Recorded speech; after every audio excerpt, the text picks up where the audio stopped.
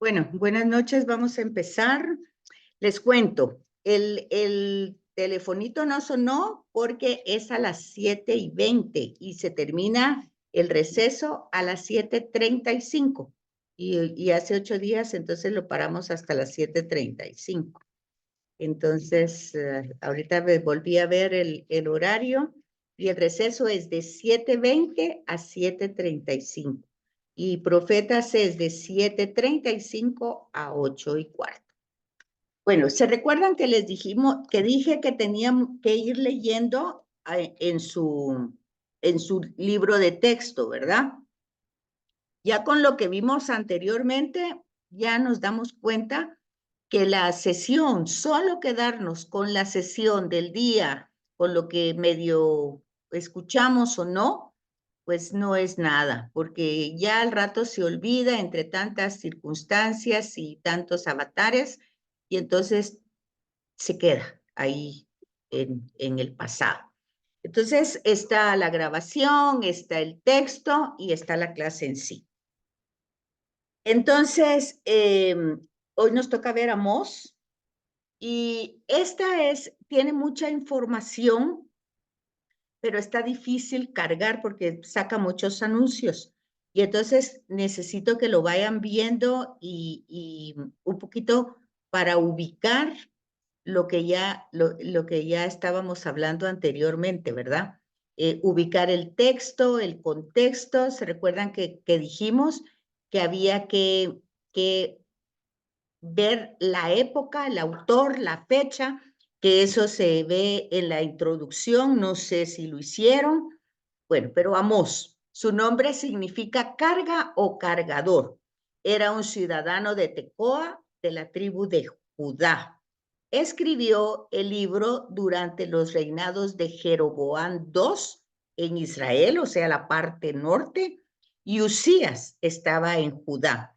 O sea que estamos viendo casi, Amós está ubicado en un contexto histórico casi de la caída de Israel, porque de los dos reinos, el primero que se destruye, pues que queda totalmente aniquilado, y por eso va a ser que los judíos y los samaritanos no se lleven, porque van a tener una serie de invasiones, de imperios que los van a ir pues ofuscando. Entonces, ¿se recuerdan que dijimos que los profetas es una institución que va de la mano con la monarquía? Por eso aquí es importante ubicar Jeroboam y los reyes que están tanto en Israel como en Judá, y los años en los que se está desarrollando esa profecía. Amós era boyero o pastor de bueyes, por eso es boyero, ¿verdad? Porque era pastor, pero no de ovejas, sino de bueyes. Y cultivaba higueras. Quiere decir que él no era profeta, eso también ya lo dijimos, que a diferencia del sacerdocio, la profecía no se nacía con ella y se moría con ella, sino era un llamado a una misión. Por eso aquí está claro que era pastor de bueyes y cultivaba higueros en el reino del sur. O sea, él no era oriundo de la parte a donde va a ir a predicar, que va a ser al norte, a Israel, sino que era de Judá, pero profetizó en el reino del norte, o sea, en Israel. Entonces, ahí hay que tomar en cuenta una serie de cosas que va a decir su profecía, porque pues en el texto va a estar, ¿verdad? Que se vaya él a su tierra, porque que llega a ser a ese lugar. Su mensaje era tanto para Israel como para todas las naciones, porque él predica el juicio de Dios contra los enemigos de Israel. Fíjense que cuando hablamos del lenguaje que utiliza todos los libros proféticos, ya hablamos de eso también. Dijimos que utiliza un lenguaje eh, fuerte, lenguaje, no estoy hablando de idioma, estoy hablando de lenguaje, de la forma de hablar, amenazante, castigador, porque realmente es un pueblo que no entiende, que no hace caso, ¿verdad? Entonces, de alguna manera, cuando él le habla a estos enemigos de Israel, pues todos se regocijan. Pero al final no tiene éxito, ¿verdad? Sino que lo quieren matar, porque también a ellos les denuncia con un lenguaje fuerte. Aproximadamente 30 o 40 años después que Amós profetizó, Asiria, fíjense que ya habíamos visto anteriormente, cuando estábamos viendo la división de los libros, habíamos visto Roma en el tiempo de Jesús. Antes de Roma, los macabeos con los griegos, o sea que el imperio griego pues fue el amenazante a Palestina. Antes de eso, habíamos dicho los persas, Ciro de Persa, que devuelve a los judíos a su tierra. Antes de eso, Babilonia, que se los lleva al exilio. Eso está pasando en Judá, en el sur. Pero aquí la predicación de Amós es 30 o 40 años. Fíjese, eso es para que cambien, para que cambien. Alguien que está leyendo los signos de los tiempos y está anunciándoles que si continúan igual, pues van a ser destruidos. Y se cumple 30 o 40 años después, la ciudad de Samaria fue destruida y conquistada por este imperio asiria en el año 722 antes de Cristo. Y Usías reinaba en Judá y Jeroboam era el rey en ese momento en Israel. ¿Qué es su mensaje? Pues el juicio de Dios sobre Israel. Aquí ustedes tienen que ir conectando con el curso de introducción a la Biblia con el curso de Pentateuco. ¿En qué sentido? Pues hay un tema de la alianza. Dios ha hecho alianza. Ellos se han formado por una alianza que Dios ha hecho, ya no solo con Noé, con Abraham, ahora a través de Moisés, él forma un pueblo y el pueblo acepta esa alianza. Porque habíamos visto que en Noé y en Abraham era unilateral, solo Dios es el que promete y el que da y el que elige, pero ahora el pueblo tiene que responder ante el decálogo. Pero resulta que Israel desobedece, ¿verdad? ¿Y cuál es el problema? Pues la primera palabra es, ya que hemos visto todos los prodigios que Dios hace, todo lo grande que es con nosotros, lo lógico, lo natural, es amarlo, adorarlo, alabarlo, porque no hay nadie más como él. Eso sería lo lógico, ¿verdad? Pero resulta que nosotros nos hacemos ídolos. Nosotros le usurpamos el lugar de Dios y nos lo damos o a nuestra autosuficiencia o a la de otras personas. Y entonces eso es una desobediencia. Y donde se pone el corazón, pues ahí está el ídolo. Entonces eso es la idolatría. Y por ser tan codiciosos, tan ambiciosos, pues se oprime. Eso sigue pasando hoy, ¿verdad? Cuando tenemos trabajadores, no pagamos el salario que corresponde, tanta cosa. Entonces, eso mismo es el mismo tema de siempre, no solo decíamos la vez pasada, se puede ver de forma macra con los gobernantes grandes que codician tierra, gente, todo, y en forma micra en nuestra historia, ¿verdad? Entonces, el bosquejo que lleva el libro es Introducción, Juicio de las Naciones, la profecía contra Israel, las visiones que tiene el profeta, que por eso muchas veces se le llama visionario, ¿verdad? Pero es revelaciones que Dios le hace, y luego siempre se termina con la misericordia de Dios, ¿verdad? De ahí el tema de ser misericordiosos como el Padre es misericordioso.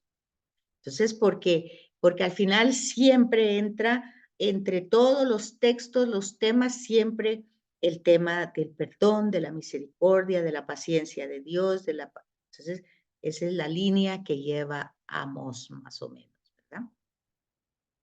Luego tiene un marco histórico. El pueblo rico de Israel disfrutaba de paz y prosperidad. O sea, es un pueblo que está viviendo un momento privilegiado y entonces están satisfechos.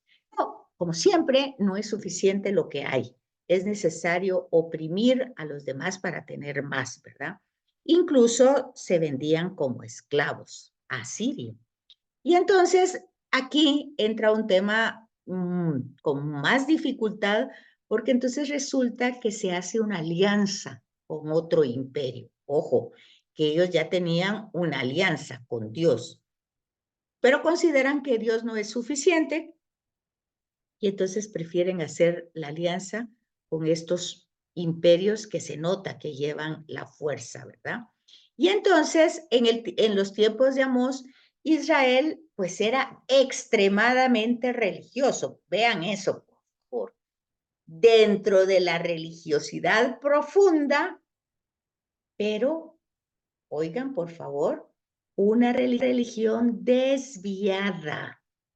Eso tanto en aquel tiempo como hoy, ¿verdad? Carente de integridad. O sea, porque acuérdense que en Génesis hemos visto que Dios creó al hombre y sufló en sus narices alientos de vida. O sea, el tema no se trata de ser espirituales ni de salirse del mundo. Ya Jesús dice, ¿verdad? Son sal y luz en el mundo. Entonces el tema de la espiritualidad es más bien algo integral. Entonces, toda esta deficiencia en la religiosidad era incapaz de proteger a los devotos, ¿verdad? Y sobre todo, ¿cómo se nota eso? Pues en las acciones. Cuando se habla de moral no se habla solo de sexualidad, porque son los juicios que se hacen en las conductas, incluso codiciosas, ambiciosas, o de todo tipo, ¿verdad? Que tiene que ver con lo social.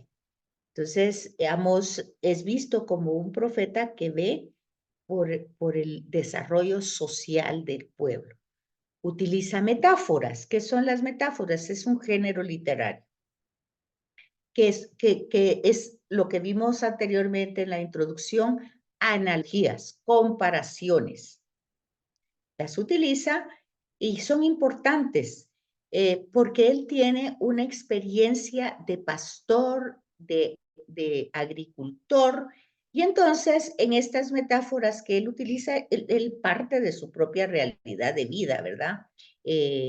Un carro lleno, un león rugiente, una abeja despedazada, vacas consentidas, canastillo de frutas. Bueno, va utilizando metáforas de su propia vida y va viendo cómo Dios va hablando desde la propia realidad existencial.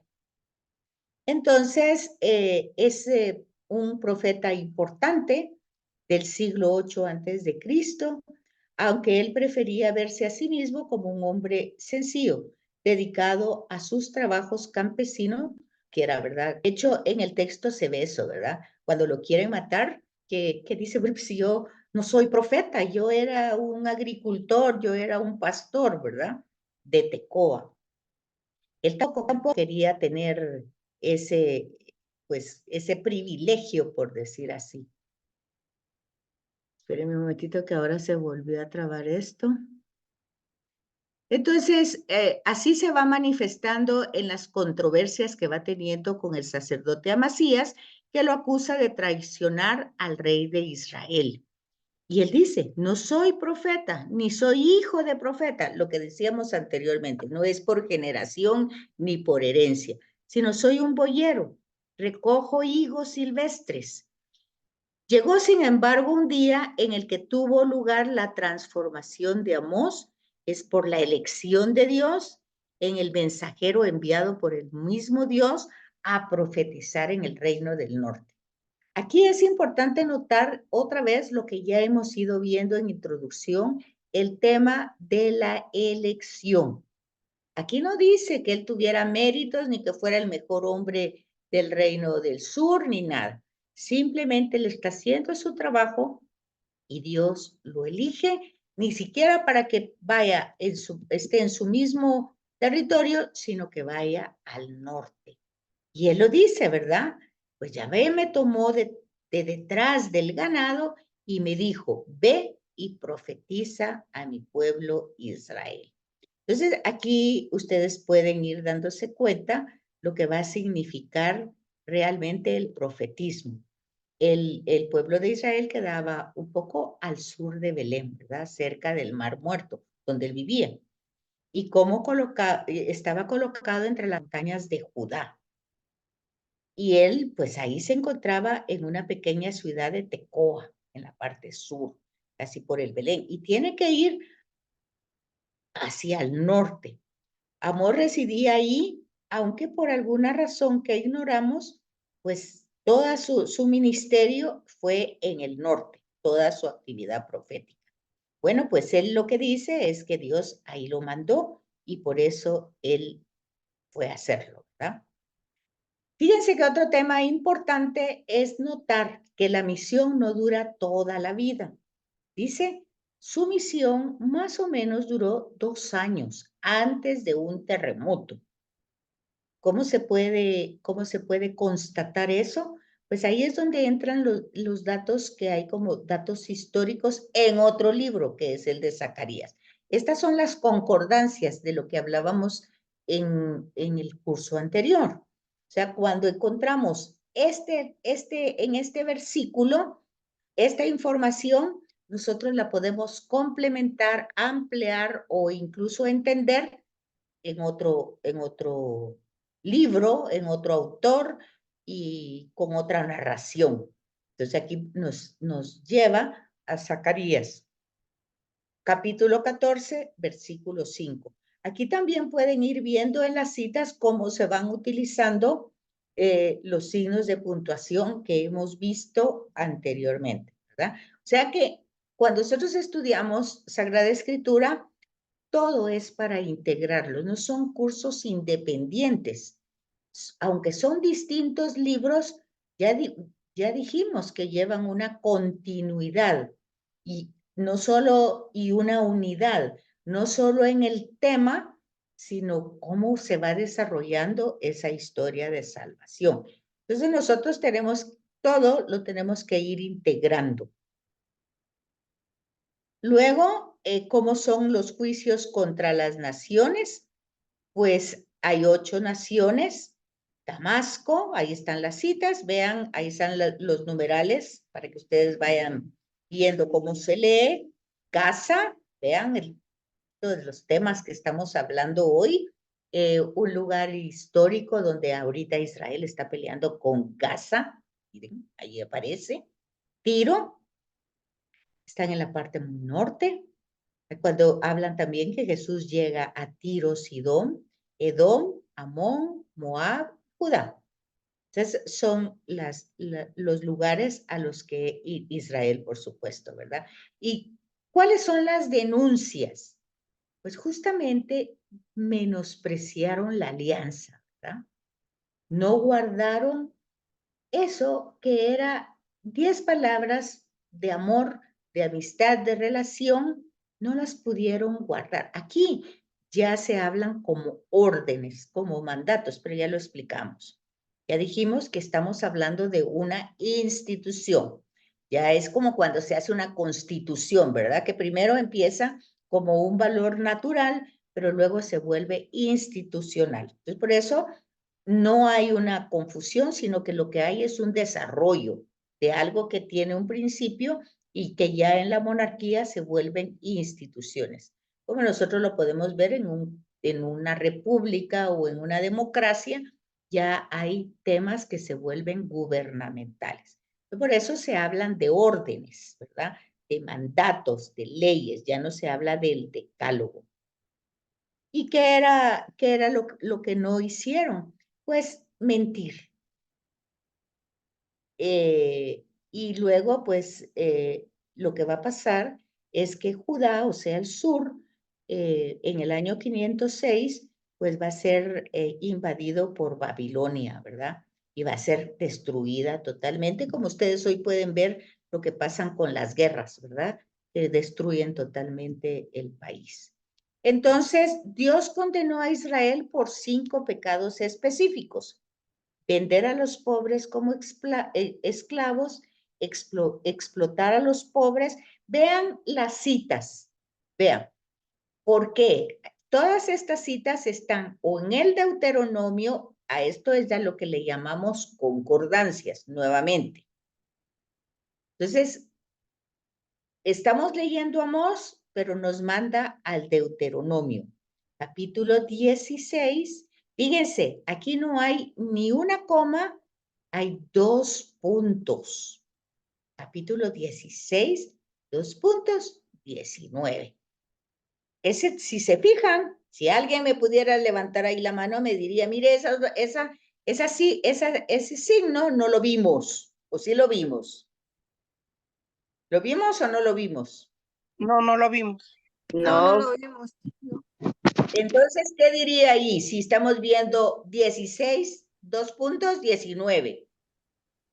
Claramente no es un capítulo. Los versículos 16 y 19. No pueden hablar de 2 versículos porque ¿de qué capítulo? ¿Cómo No, ven? es el capítulo 16 y el capítulo 19. Perfecto.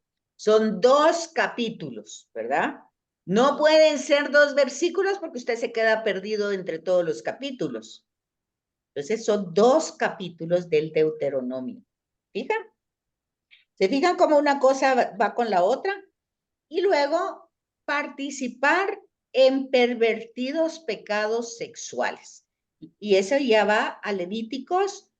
Aquí va capítulo 20, el versículo. Aquí hay una separación, sería capítulo 20, capítulo 11, y hay una coma, y en el 11, fíjense bien, fíjense cómo se lee esto.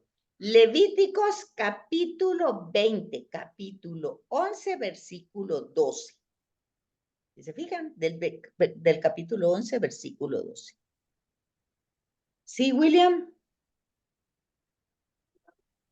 Perdone, licenciada, por lo que yo tengo entendido es que los 2 puntos es un signo de puntuación que usan los protestantes. En lo que para nosotros los católicos es la coma, ellos ponen 2 puntos. Entonces, ahí Para separar prácticamente capítulo no, de versículo. exactamente.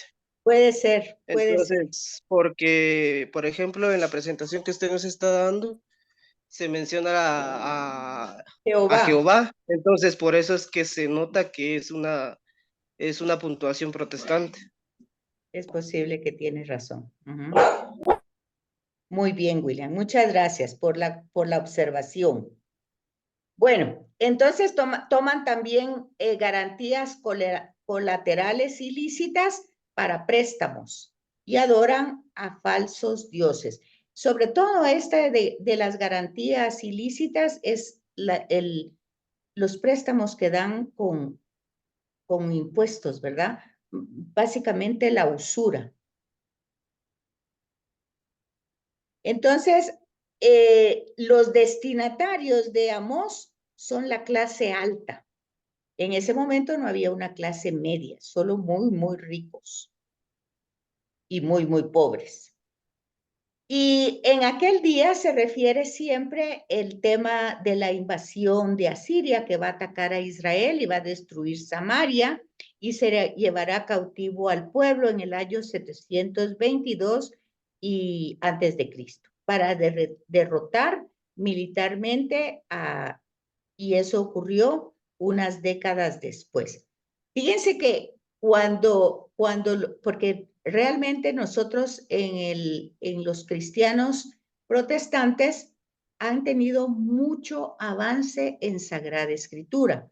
Los problemas que tienen de temas, sobre todo si son testigos de Jehová, pues ya saben ustedes de que ahí pues están totalmente en el Antiguo Testamento, pero la dificultad con ellos es que Jesús es solamente pues un profeta, no es Dios.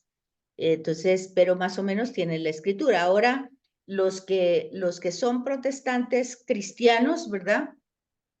Ellos tienen un avance bastante bueno del Sagrada Escritura, porque aquí hay que hacer un paréntesis, hay que descubrir de que la Sagrada Escritura ellos la empezaron a traducir mucho antes que nosotros. Nosotros se quedó en la Vulgata de San Jerónimo y el pueblo no tenía acceso a la Escritura. Eso creo que lo hablamos hasta Vaticano II, que es relativamente cerca, que ya cada uno de nosotros tuvo el acceso a tener una Biblia. Anteriormente nosotros solo teníamos acceso a historia de la salvación, o sea, las narraciones. Por eso es tan importante el estudio que se tiene en Sagrada Escritura, porque lo que nosotros conocíamos era eso, historia de la salvación, como cuentos.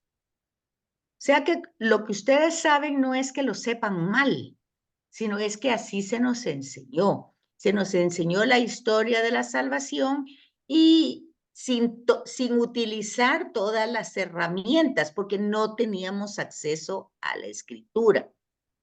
Fue hasta Vaticano II, entre 1964 y el 68, que nosotros lentamente fuimos teniendo acceso.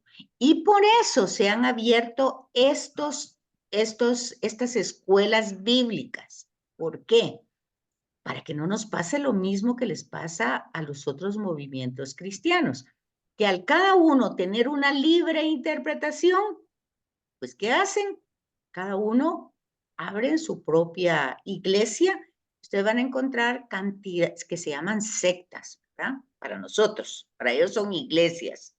Pero hay sectas grandototas como la Frater o el Verbo o no sé qué otra, o Casa de Dios, que son unas sectas inmensas, grandes. Y hay sectitas, ¿verdad? Sectitas chiquitas, las que se abren por las colonias, en las esquinas. Bueno, entonces, el estudio que nosotros hacemos no es que ustedes hayan aprendido mal, es que ustedes se están acercando a la Biblia como estudio hasta hoy. Pero por eso hemos dado las claves. Y las claves son los comentarios de pie de página. Ahora, cuando se hace el estudio literario como lo estamos haciendo ahorita, es exactamente lo mismo que lo hagan los protestantes que van adelantados en Sagrada Escritura, ¿verdad? ¿Sí, Carolina? Ligda, perdone, ¿en qué tiempo dijo usted que se había empezado a traducir para nosotros, para los católicos? No, lo que yo dije es que nosotros tenemos la Vulgata como traducción del hebreo y del griego al latín. Yo Eso, comprendí que teníamos únicamente la traducción de San Jerónimo y que los eso es protestantes lo que le habían estoy empezado. eso es lo que estoy diciendo. La ¿Y eso de traducción qué que había, tiempo? ¿De qué la tiempo data? traducción, la traducción que había era la de San Jerónimo, era la única, la Vulgata. Pero quienes empezaron a traducir la Biblia fue en Alemania, justamente Lutero con todo el movimiento protestante. Por eso ellos llevan avanzados 500 años más que nosotros, porque nosotros apenas ahorita en Vaticano II, pues no es que se tradujo para nosotros, sino que nosotros tuvimos el acceso de la Biblia. Pues ya con imprenta y a cada quien con la Biblia y nada más. ¿No se recuerdan ustedes que antes lo que se vendían, los que vendían libros de puerta en puerta, vendían una Biblia de decoración más que todo, ¿sí? Con láminas preciosas y que la gente colocaba en su sala, pero tampoco las leía, solo las tenía ahí como que era la Santa Biblia. No sé si ustedes observaron eso, ¿verdad? Pero así pasó. Entonces, a partir del Concilio Vaticano, que fue del 64 al 68, 1900, ¿verdad? Entonces nosotros tenemos el acceso a la Sagrada Escritura, pero es para tener ese acceso tenemos que estudiar, porque no la podemos leer así e interpretarla libremente. Tenemos que utilizar las herramientas que estamos viendo. ¿Sí, Rita? Yo le voy a hacer un comentario muy personal, licenciado. Bien. Yo pienso, al menos para mí, llevo casi, con uso de razón, 50 años con lo que uno escucha si es que a veces se escucha bien en las homilías. Entonces, quitarnos ese encuadre de 50 años, por ejemplo, a mí me ha estado costando porque cuando leo el pie de página, a veces menciona varias situaciones que a veces no entiendo y no llego a comprender del todo. Entonces tengo que estar retrocediendo y me pasa tal vez lo que a la otra compañera, que es un avance bastante lento porque tengo muy enraizado lo que he escuchado por muchos años, o sea, los ciclos se repiten y entonces era lo que usted decía, nosotros, ese habla de Moisés, de Abraham que lleva al hijo y bueno, pero el contexto y la historia realmente de cómo es y qué es lo que significa, es lo que hasta ahora, hace unas semanas, todo eso se me está aclarando. Por eso, porque está estudiando. Eso es maravilloso, porque está estudiando. Entonces, y no es solo usted. Pero ya ve pues que las escuelas están abiertas y no todo el mundo llega, ¿verdad? Ahí están los anuncios. Y ustedes, gracias a Dios, les dije al principio, fueron generosos en ese entrar, en ese estudio. Pero esa generosidad se tiene que complementar, porque igual, yo cuando estudié también igual me costó, que yo también fui educada, y peor todavía porque yo soy mayor que ustedes. Entonces mi educación era todavía más ancestral. Igual me costó. ¿Pero qué significaba? Tenía que leer más, tenía que estudiar más, tenía que hacer más las cosas porque me costaba más. Entonces, habían noches de estudiar mucho, de desvelarme para poder sacar los exámenes, porque en la universidad sí son exámenes que si usted no los gana, no los gana, pues y trabajos y muchas cosas. Entonces, pero bueno, ahí es donde uno se da cuenta de que el limitante no es un obstáculo, sino que es como una oportunidad o una motivación para leer más, buscar, ir e informarme, y que nos damos cuenta que la clase no solo la clase no se puede, precisamente por eso, ¿verdad? Bueno, mire, ya son las 8:15, ya casi pues vamos más que todo el contenido que ustedes lo tienen en el libro, que aquí está sintetizado, pero ustedes ya lo tienen, la parte más importante ya se las di, que es el contexto histórico. Ustedes tienen aquí en el libro que yo les compartí, o que más bien Rita creo que fue la que compartió, porque yo lo que les compartí fue la introducción, el contexto histórico-social, los oráculos de las naciones, las visiones de los que estamos hablando. Y lo que me interesa que lean en el libro, por favor, es el mensaje teológico, porque aquí era donde tocaban las visiones, pero luego a mí lo que me interesa es, porque ahí le va dando todas las visiones que van teniendo y su interpretación, pero el mensaje teológico tiene que ver con el día del Señor, con la llamada a la conversión, con la perspectiva de la salvación, y luego lo que nos interesa, el libro de Amós en el Nuevo Testamento. O sea, que les encargo que lean. Yo no les puedo dar las páginas porque no sé si el libro es el mismo, pero son las últimas páginas de Amós. Son 2 paginitas y un párrafo del libro de Amós, para que ustedes vean el mensaje y la relación que tiene con el Nuevo Testamento. Entonces, hasta aquí nos quedamos porque ya es la hora de su otra clase, y nos vemos si Dios quiere o como ustedes deciden. Muchas gracias, licenciada. Buenas noches. Gracias, Gracias, licenciada. licenciada.